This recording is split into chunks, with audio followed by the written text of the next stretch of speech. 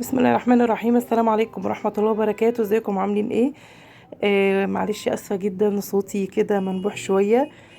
تقريبا داخل على دور برد او حاجة. بصوا بقى النهاردة ان شاء الله اللي هي ايه زي ما بيقولوا وجبات اخر الشهر يعني. بس يعني انا بالنسبة لي هي وجبة سريعة وسهلة وحلوة جدا جدا جدا، وتنفع من الوجبات اللي هي غير مكلفة يعني.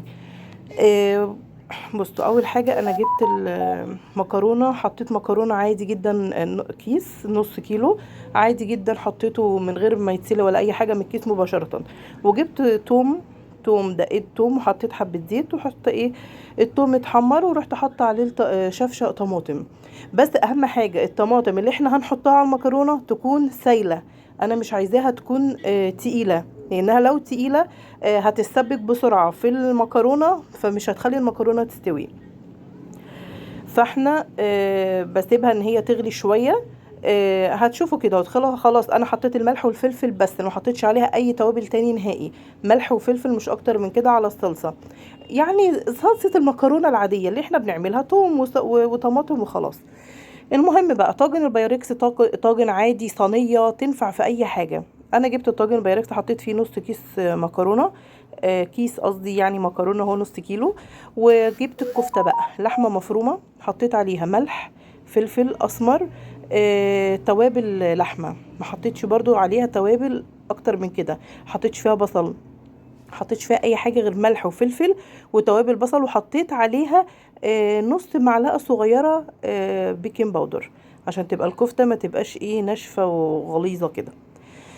تمام. بدأت ان انا ايه ارص الكفته على المكرونه، اعملها يعني عايزين تعملوها صوابع تمام زي الفل، عايزين تعملوها كور زي ما انا عاملاها كده حلوه قوي، وكان شكلها جميل جدا كده. الصلصه زي ما انتم شايفين انا ما سبكتهاش، يعني الصلصه انا ما سبكتهاش، انا يا دوبك الصلصه بس اللي هي قلبت. والكفت والمكرونه انا رصه الكفت عليها زي ما انتم شايفين كده. المكرونه زي ما قلت لكم من الكيس مباشره. دي طبعا موفره للوقت قوي قوي. انا لقيت الصلصه محتاجه حبه ملح فزودت لها حبه ملح. هبدأ بقى ان انا اخد الصلصة كده واوزعها على المكرونة، علشان خاطر انا عايزة المكرونة كلها تتشرب من الصلصة، لان هي تستوي من حبة الصلصة اللي احنا هنحطهم عليها وبالبخار. طبعا انا مش عايزة الصلصة تكون عالية قوي، انا عايزاها يا دوبك الصلصة تغطي المكرونة.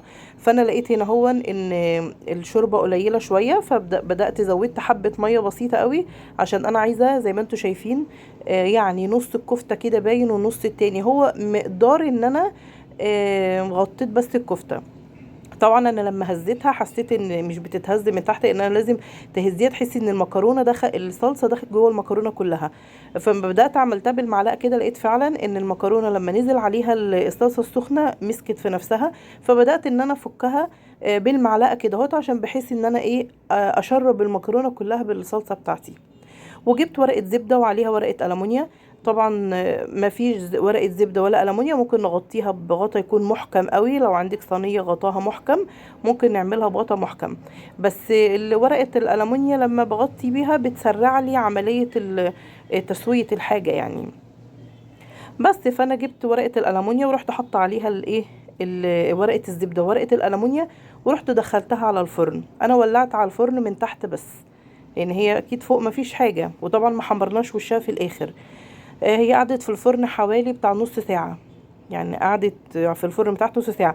انا بقيت كل شويه ارفع ورقه الالومنيا بالراحه بشوكه واشوف المكرونه استوت ولا لا. لما لقيت المكرونه اتشربت واستوت بدات ان انا ايه خرجتها من الفرن زي ما انتم شايفين شكلها تحفه تحفه تحفه.